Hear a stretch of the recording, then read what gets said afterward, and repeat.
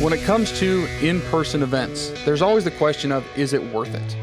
When I think back to some of the most profound educations and things that really move the needle for me in my ability to build businesses and to succeed as an entrepreneur, a lot of those things can be tied back to in-person events, people that I met, stuff that I heard from stage, stuff that I heard, in hotel lobbies. Today, we have a traditional educator who is new to the ecom world, but he's actually running one of the biggest and most prestigious Amazon seller conferences in the world. He's going to talk to us today about the importance of conferences, if they need to be in person or not, and how you can better take advantage of these educational opportunities. Stay tuned, it's going to be a good one. Hey everybody, and welcome to another episode of AM/PM Podcast. On this episode, we're talking about education, and here's why it's important. Most of us entrepreneurs, solopreneurs, e-commerce sellers don't always come from a long pedigree. We don't have a lot of degrees and formal education on how to do the business thing, so to speak. We kind of figure it out as we go along. There's a couple reasons for that. One is maybe we didn't plan to become entrepreneurs. We didn't plan to get in these business, but also things move fast. If I went and sat down in a college marketing class right now, they'd be telling me things that were relevant 10 years ago, maybe, right? So we have to figure this out as we go. To be successful in business, we have to figure out the best, the fastest, and the most appropriate ways to learn accurately. That's what we do. That's why you're listening to this podcast, hoping to get something out of it. That's why we watch webinars. That's why we do all sorts of stuff, including going to events. When I look back at some of the most profound growth stages maybe in my entrepreneurial history, a lot of them started when I went to an event and I shook a hand, or I met somebody, or I overheard a conversation standing in a coffee line. I know that last week we interviewed Camille from Emerald Expo, and we talked about, basically the power of trade shows. Today, we have a guest who's also an employee, a member of Emerald Expo, but we're not going to talk about trade shows. We're going to talk about conferences. So if you would help me, I know I can't hear you, but applaud or do something to yourself right now. Help me welcome Brian Anderson, who is the, director is your title, of the Prosper Show in Vegas, and also with Emerald Expo. So yes, and conference producer is the official title. I do a lot of directing. Happy to be here on the AM/PM podcast. Thanks for having me, Tim. And glad all of you have joined us to listen in. So I know that, we've already spilled the beans, that you're the conference producer, the AKA director of the Prosper Show, which most Amazon sellers have at least heard of the Prosper Show. It's the biggest and most prestigious, at least in the U.S., the Western Hemisphere, I would say. But you have a history in education, right? And that's why I think that this episode is going to be important, is because you're going to be sharing a lot about education and how we can utilize different pieces of tools and resources to become better educated. So if you would give us like the 3-4 minute history of your educational background. Sure. It's varied and it was a storied past. But I'll start with, starting with environmental education right out of college with an anthropology degree. I've managed to do a lot just from helping to connect the dots and knowing what people would like to learn. I had never taught science. It was my fourth year out of college. I was teaching teachers how to teach science at Pacific Science Center in Seattle, working with an amazing group of people who I learned a great deal from. I just absorbed everything that they were teaching, everything that they were doing, everything that they were thinking about, doing workshops, doing conferences, seminars, worked my way up to a supervisor in that role. Moved there from there to Network for Teaching Entrepreneurship, not far from me now, where I am on Wall Street. As a nonprofit. And I taught teachers how to teach science. In fact, our office was at Babson College. I was the Northeast Regional Director. And I taught a course at Babson College, a graduate course on how to teach entrepreneurship. And it was very hands-on, immersing them in what a student experience would be. From there, I did go into the classroom. I went into the classroom for 4 years and took that experience, everything I learned there. And previously, I worked for the State's Charter School Resource Center in Massachusetts, bringing educational leaders from across the state of Massachusetts at charter schools together, teachers, principals, heads of school, just to learn what each other were doing. I think there's so much power beyond me talking or someone else talking or lecturing. There's so much more power that you can get from having a conversation with somebody, and that's where networking can be educational as well.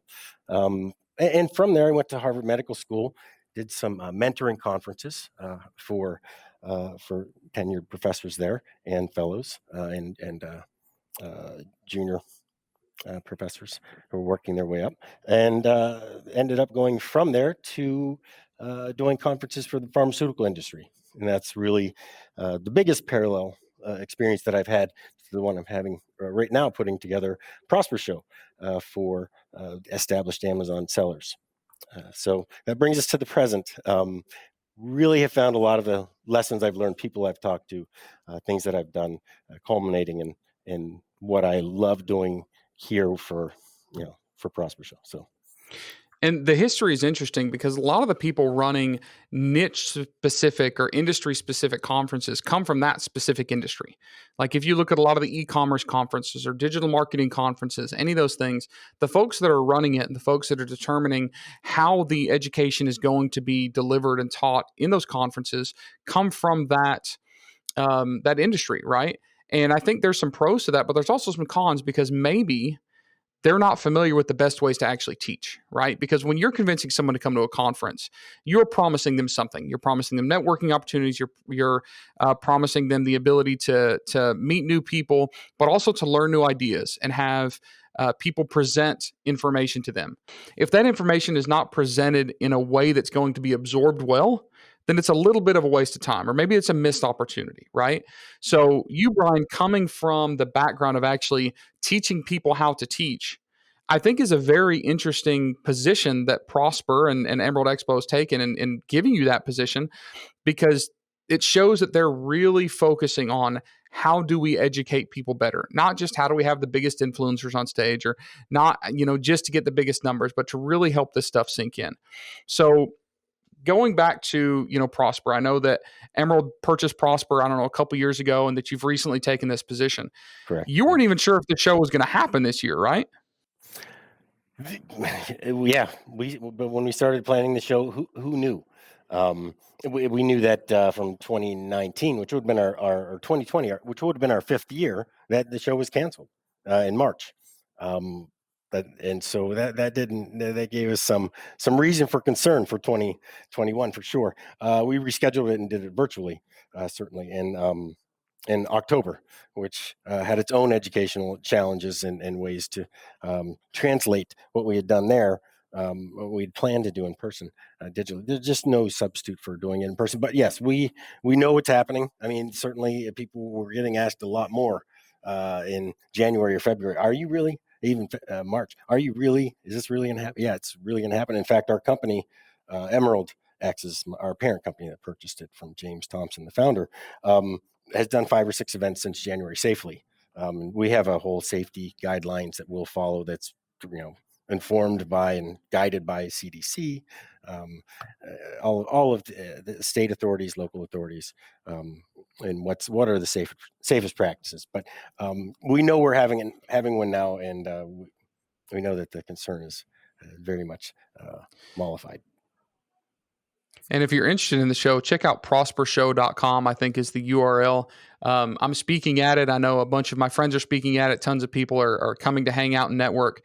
But the question has to be asked, Brian. Like, you had Prosper Show online the end of last year, right? And people are going to ask, hey, why not just do it online again? And even yourself, you said, at the beginning of this year, people were asking, is it really going to happen? And I know there's some different guidelines and some different restrictions that you have, and there's some different considerations. It's stressful, right, to run this thing in Vegas, on what seems to be the tail end of the pandemic in the U.S. But you must have obviously thought that there was enough value in having an in-person event that it was worth going through the extra stress, right? Oh yeah. Oh, absolutely. It's not meant to be done. Uh, Learning isn't meant to be done digitally. It can be done digitally. I'm, but what what it calls for, there is so much value to be placed in having seeing someone in person, face to face, not screen to screen interactions. You really can't have a workshop or do activities, or have people have those conversations where they are, engaging with one another as efficiently, as successfully. When it comes to the choice, there's no substitute for having an in-person event. Um, Digital learning has its limitations, has its advantages, uh, but mostly limitations. It's so thrilled to be doing it in person. And I know that a lot of people have talked about webinar fatigue during COVID. In 2020, man, we watched so many webinars and so much online stuff.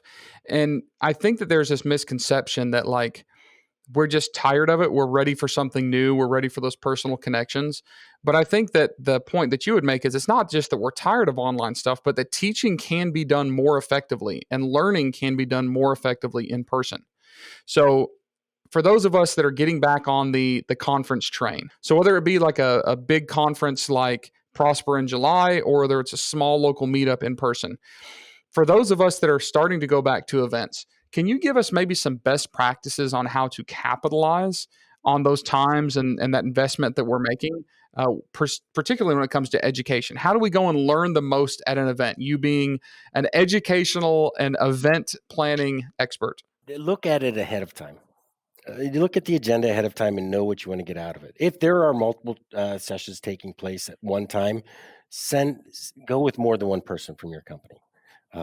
You can either divide and conquer, or you can go to the same one and kind of get jazzed about the same topic. But there's a lot to be said in not just having one person go and then come back and try to institute things. It helps to have someone else there who can relate to those learnings. Know who's going to be there. Know who you want to talk to ahead of time, not just, you can't know that from attendees, but certainly the speakers. What are their backgrounds? What are you going to want to do? So a little bit of research done ahead of time, and as well, make sure you bring something back. I would say if you are having someone from your company go because they're your Amazon account director or online account manager. Have them bring something back. Have them share with you what they're bringing back. That's helpful to them. That's helpful to you because you know what they're learning. They know what they learn. They're somewhat held accountable, and not that they're just not inclined to do that for themselves. They're not inclined to think, well, I got to go back and I got to bring something back. Here's the key takeaways that I think are going to help us most based on what our needs are. And along those lines, what are those needs? Before you go there, what do you think we need to do? Ask your manager. Ask the head of your company. What do you And think that's we need? something I've never done. Like I've never had an objectives game plan going to a conference, but it makes sense because typically what I do is I look at the conference roster and I think, oh, that sounds interesting. That sounds interesting. I'll go sit in this one. I know this guy. I'll listen to him. But what you're saying, correct me if I'm wrong, is instead of going to what's interesting, literally have a game plan of what does my company or what does my business need to know, and make sure that you're attending the sessions or getting the education that will most furthest move the needle in your business. Is that what you're saying? Absolutely, absolutely. You have to look at what you're going to do. Come up with a game plan. There are 3 sessions taking place at ours, and some even more. 3 sessions taking place in every time slot. Know ahead of time which ones you're going to do, and if you're going with more than one person, coordinate it. Who should go to which one, depending on what your strengths are, what your interests are, and at what point are you going to catch up, other than on the plane ride on the way home, even if that. What point are you going to meet with them afterwards or during the event to say, hey, this session was great. Here's a couple things I think we're going to bring back. Let's talk about it when we get back to the office. And then you're forcing yourself to think about, well, I'm going to be meeting with my colleagues. Let me just jot down a couple major points that I want to make sure I share with them. And they would be amazed at the number of different connections and interrelationships of especially sessions that are in the same track. And even those that aren't. So you're talking about, basically catching up and debriefing with colleagues, and that could be said for just other business owners. If you're listening, you're coming to something like Prosper, and you're a solopreneur, like there are still people that you can network with.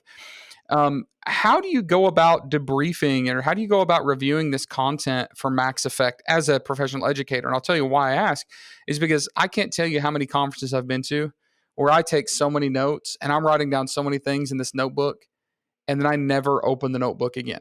It's like I go there and I get motivated, I get inspired, I hear all this great stuff, but then, on the plane ride home, I've forgotten about it. And that's where the what three things are. I've done the same thing where I don't open that notebook again. But what I have done is I have gone away with, here's a couple things that we want to, that our company wants to do. What should we go to?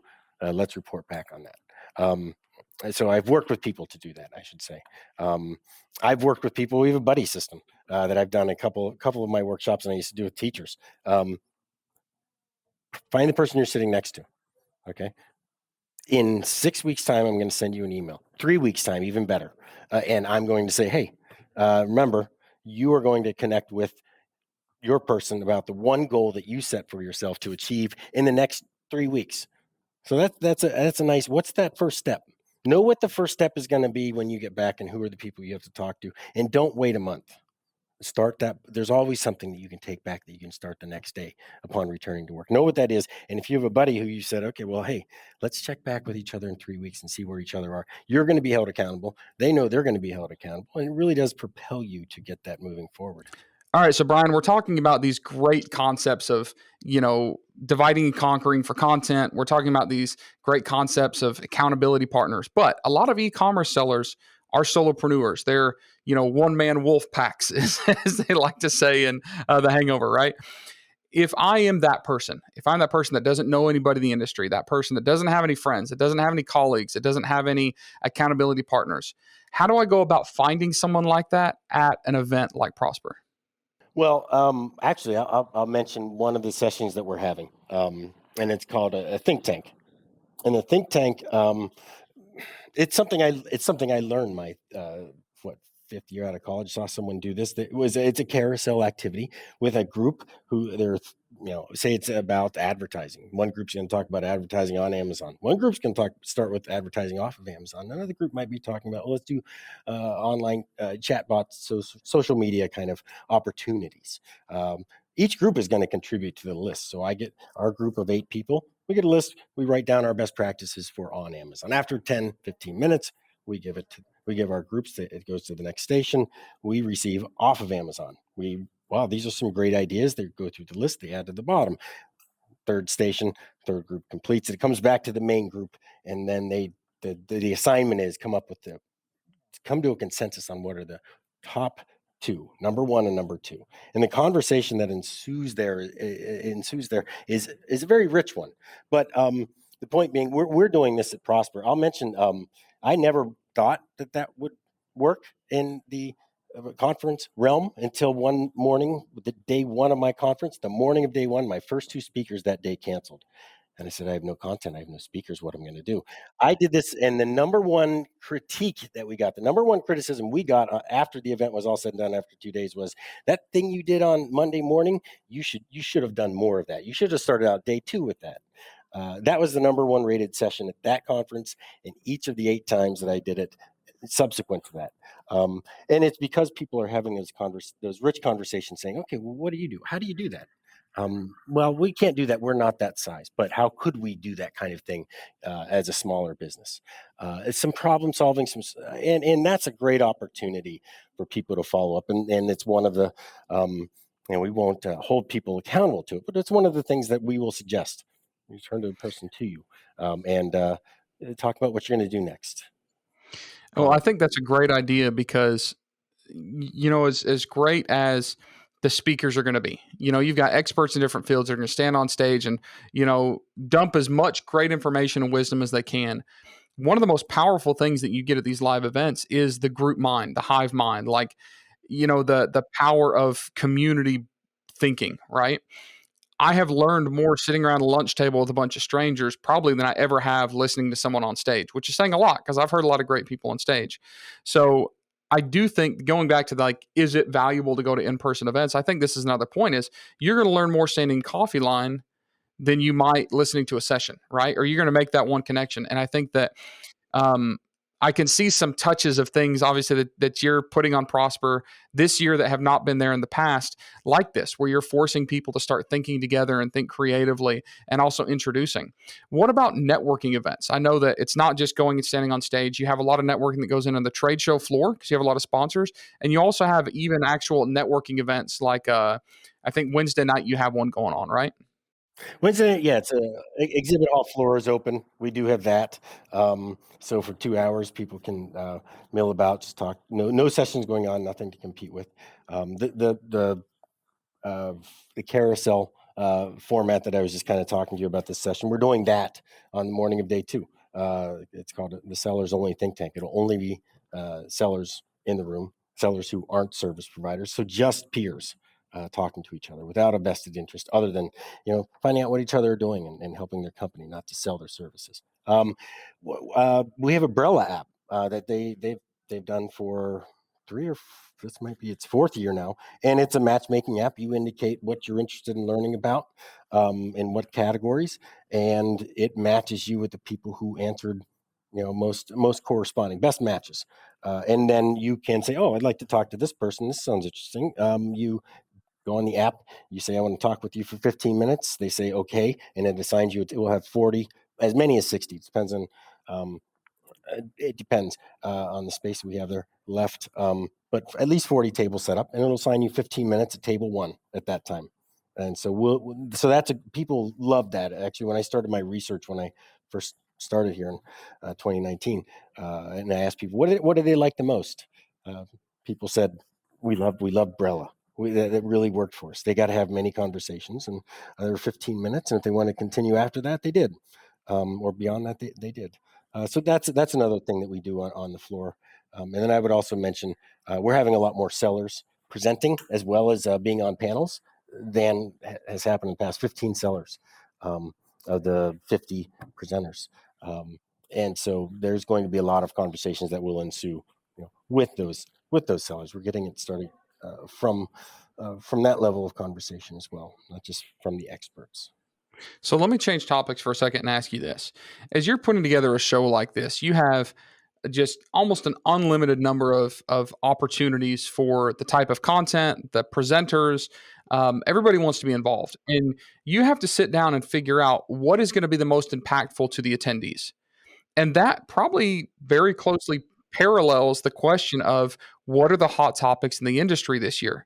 Like, what are the things that people most want to learn about, most want to know about, the things that people are most interested to learn? Can you give us an idea of it? Doesn't even have to be about Prosper, but like, what are you seeing this year that are the hot topics that everybody wants to hear about? It's kind of on a micro level. But I will mention to that point, the frame that we put around it that's new to Prosper this year are themed tracks. So we've driving traffic. So we know that's going to be a very popular one. Advertising is always popular. So we're going to do that on both days. Then we have 4 other 1-day tracks. So this is the framework that we build before we put in the wood and the lighting and the and everything else into the house. So we also have one on protecting your business. We have one on maximizing your impact, say, of your listing, optimizing your efficiency as a leader, as a worker. How do you do things more efficiently? And then manage and grow your business is big. So, and on that note, I'm glad I'll segue into big topic this year: selling your business. So we have a few sessions on that. Big topic this year. It just came up, especially since Q4 of last year. Managing your inventory, limitations placed on restock, just out of the blue. How do you manage that? As well as the international supply chain mix, just snarls, put it lightly. So we have a session on each one of those. Video, we have a workshop and two presentations on that. Rick Cesari is going to do one of those presentations. Those are the ones that come to mind. Those are the 3 hottest topics. But once you get those that framework, I know I have 7 sessions. What are the topics within driving traffic do people want to learn about? Oh, social influencers. Let's do that. What else do they need to know? Oh, how does it work on Walmart? We just added a great session on that. As you know, Tim will be presenting that session. So you fill in what they need to know, and then you find out, okay, now what's the best format? Is this a panel session? Do they want to hear multiple perspectives? What's going to get them to what's going to address the seller's needs most? Maybe it's a workshop.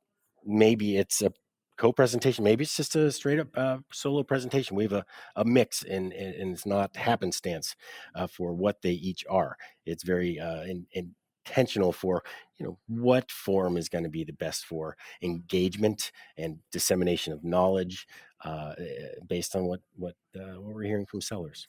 You don't traditionally come from the e-commerce world, right? This is fairly new to you. You've run a lot of conferences. You've been involved in education. To do this right, you must have had a lot of input from other people in the industry. I know there's an advisory council that you work closely with that are pitching in and helping you determine like the hot topics and what to present on, how to set this up. Just very candidly, do you feel like the e-commerce industry is more willing to jump in and help as a community and more people are willing to give a little bit more than other industries, or is that just my perception that's wrong? I would say that perception, I would say it's the same in every industry. That where you have passion, people who are passionate about what they do, then there are those people who are very much interested in helping others get to where they were. We and people in our advisory council, and we're talking about education today, not so much content per se. But I will say they get half of the credit for the great agenda, more than half, even more than half the credit. This would not be the same event without people who are not just experts, preeminent experts in their field of knowledge, but just really smart people and people who are really willing to give. That was like those are the three criteria for who's going to be on the council, and they're all just so much. They're so amazing to work with. As are so many of the speakers who I know are going to be putting in a lot of time and effort to make sure they're putting their best foot forward, so they're something they can be proud of and they can do right by their attendees. They don't want to let anybody down. So that's really good question, though. I'd say there are professions where there isn't passion. That there's just people who are there for the money, but people have real strong feelings about their businesses and yeah. Well, the reason I asked this, and I think you proved the point that I was hoping you'd make, is a lot of people, because e-commerce is so new and this e-com entrepreneurism stuff is so new, that people think that what's happening right now is not going to last. And when I say the things that are happening now are the communities, the resources, the people that are helping people, everybody's trying to elevate each other for the most part. And I've heard talk that that's not going to last forever.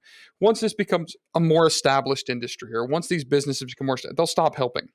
But what you're saying is, hey, as long as there's passion, it doesn't matter the industry, everybody continues to help. And this is so powerful and so important for you listeners to understand because we can't do it alone. There is way too much out there for me to figure out myself. I am the CFO, the CMO, the CEO, the COO, the CGO, right? I'm the bookkeeper, I'm the warehouse guy, I'm the digital marketer. Like any e-commerce business, that's just we do all those things.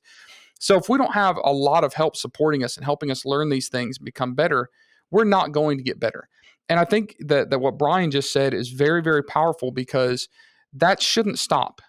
That's not just a weird ecom thing that's happening this year and last year and the year before. Like this is something that's going to continue to happen. So whether you're trudging along and you're struggling a little bit, whether you're succeeding in your e-commerce business or you just got started, I think that it's safe to say, and Brian, you can correct me if I'm wrong, that this community and the willingness of the community to always support other members of the community will continue to be the same. Would you agree with that? Yeah, there will always be that here. There will always be people who are wanting to know how they can do better, and that's who comes to this, and they come to prosper with some real zeal. If what I hear from all the research that I've done and all of the advisory council and all of the speakers that I've talked to that have been to this before, there is a lot of real ardent passions behind people who just can't wait to get back together and see each other face to face, and swap ideas and talk about what each other have learned and what each other are doing with their business for, not just to relate to another human being after post COVID, but even before COVID, so that they can give meaning, I think, a little bit to what they're doing. Filter and Prosper Show is also it's a world. Amazon is a world out there, as you know, that is, who knows what they're thinking, who knows what they're going to do, and there's just a lot of noise out there around the marketplace. What should people be paying attention to? What shouldn't they be? Here's what you need to do. Prosper Show helps figure out the noise through the education and the networking opportunities that it has, and I think generally speaking, that's what a good conference should do. We don't have a pay-to-play model. If we had a pay-to-play model, it might be different. You'd be hearing from people who paid the most for people to step up and stand on the stage. We don't have that. Ours is, you want to look for that conference. Speaking of, as you asked earlier, how do you get the most out of a conference? Make sure you choose a conference that is putting your needs first, that has a reputation for doing that. Ask questions, and if they didn't do it for you one year, don't go back. And if you do go 1 year and they don't do it right, but you think you want to go back, you know what? One of the first things I can't wait to read the evaluations after an event. That's like the first. That would terrify me. If I were in your position, reading the evaluations would cause me great anxiety, I think. Yeah. Well, we want to know how we do and how we can do better. It's always about evolving. It's the same thing in business. If you're a seller and you're not keeping up with what the market wants and you're not keeping up with the innovations, not just in terms of the practices, but in terms of your product, you're not going to be in business very long. You shouldn't be. You have to continue to evolve with the marketplace, and that's I think essential. And you have to have that drive if you want to not just grow, but if you want to survive. So. Well, I think that, and you're not going to like this, Brian, but I'm going to make a statement to our listeners. The power of events, we've talked a lot about Prosper because it is the one that I think the industry, at least in the US, North America, gets the most excited about every year, right? This isn't just a big pitch fest for Prosper. This is really a pitch fest for getting off your seats, getting back in front of people's faces and shaking hands and learning from each other. I will say that something like Prosper, something like conferences are so powerful, and this is the part you don't want to hear, Brian, that I know a lot of people that go that don't even buy tickets. But there is so much power in just getting people together that you have, I call them lobby lurkers, right? The people that show up at events like this don't even buy a ticket to the event. They just hang out in the hotel lobbies and they go to the networking events because there's just so much value in getting around like-minded people. I have a lot of friends in this industry that even this morning I was texting some folks, even some past guests on this podcast, that it's like going back to summer camp. Like we are dying to get back to Prosper and get back to Vegas because it's like our family. And e-commerce a lot of times can be lonely. A lot of times we're working by ourselves, and we talked about this in other episodes. And our friends and our family locally don't understand what we're doing; they don't get it. And just getting back and meeting with like-minded people and people that understand our struggles and our successes that we can talk to, it's refreshing and it's great. So I would tell you that even if you cannot bring yourself to buy a ticket to go to Prosper, buy a cheap airline ticket and just go to Vegas and hang out that week. If that week doesn't work, find another conference to go hang out. But I would behoove you to become more involved in these conferences. If you are a lobby lurker, go buy a ticket to this thing, because now that e-commerce is starting to mature, and because remember, it's fairly new. All this is only a few years old, essentially. That conferences like Prosper are now doing things like bringing in folks like Brian that are traditional educators. They're professionals in education, right?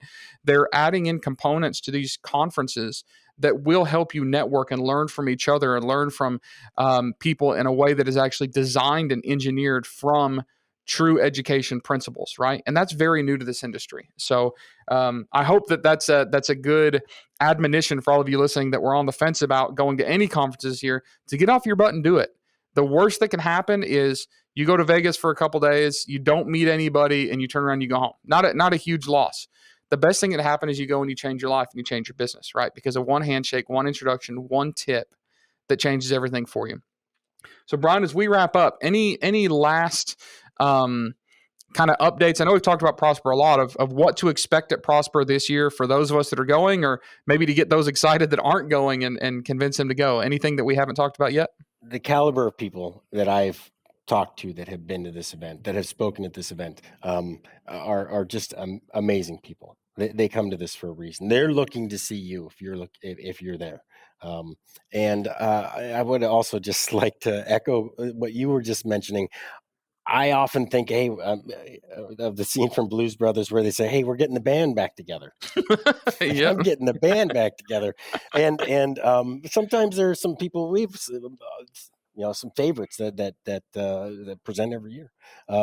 We have some people that we like to mix in there who should have been on the band last year. So it is, but in effect, it's the same kind of band. It's the same kind of spirit, and people turn out to not just stand in the audience and cheer for them. It's even better than that, because people show up to be with each other. to be with people who like the same things, who are like-minded, and have conversations with them. And we're looking forward to bringing the band back together and bringing everyone back together. So far, we haven't touched upon. Our speaking faculty. They are the band. One of the things that I mentioned. One of the things that's very much changed this year. We have a lot of sellers. 15. They're going to be presenting their perspectives, and we have 9 former Amazon insiders who are on the speaking faculty, and that's not more than we've had to date. It's certainly equal to than the most we've had to date. There to share kind of what their experiences are. So we have a good mix of people who have presented before, who haven't presented before. A good mix of people who are former Amazon sellers or former Amazon insiders. A group that are good that are sellers. So I think we have a really good mix of sessions, a really good mix of speakers, a really good balance of content, yeah. Well, that's awesome. Well, thank you for coming on the podcast. I know that we talked a lot about Prosper, but for those of you that aren't coming to Prosper or can't make it to Prosper, just keep in mind that everything we've talked about is agnostic to what conference we're talking about. Like it all works. Get out there, shake some hands, meet some people, continue to educate yourself. E-commerce is moving so fast that if you continue doing today what you were doing 6 months ago, you're going to get left in the dust. That just happens. Brian, thank you for being on. I look forward to getting to meet you in person. I look forward to seeing the changes that come about this year at Prosper from the past years and how we're incorporating some more thought out educational processes and systems into the conference, which should definitely add some stickiness to all the great wisdom that's being shared by other speakers and contributors. So thank you for that. You do have a discount code, right? If anybody is thinking about going to Prosper, if you've listened to the end of this episode, you get 15% off a ticket right now because we're going to drop the code here. Do you want to talk about what that is? Yes. If you go to prospershow.com and you use AMPM21 when you register, you will save 15% off of registration of a conference pass. So we hope that you'll do that, and we hope that we will see you there. Awesome. Well, thanks again for coming on. Thank you all for listening. Thank you all that support the podcast and everything we do. Remember, this podcast is not just a podcast. This podcast helps represent a community of awesome folks. It helps represent a community of people that love getting together at events. And a lot of you listeners, I can't wait to meet in person when we get to these events again now that COVID's wrapping up. And remember, there is a community. If you want to go to Facebook, join the Facebook group FBA High Rollers. That's a Facebook group that's kind of associated with this podcast. Check out past episodes at ampm.com. If you're watching this on YouTube, give us a thumbs up and a like and a subscribe. If you're watching or listening to this, I should say, on any of the major podcast platforms, whether it's Google Play, iTunes, Spotify, make sure to leave us a review on this podcast and let us know how we're doing. We do read those reviews, and we sure would appreciate it. Thank you all for being here. We'll see you on the next one.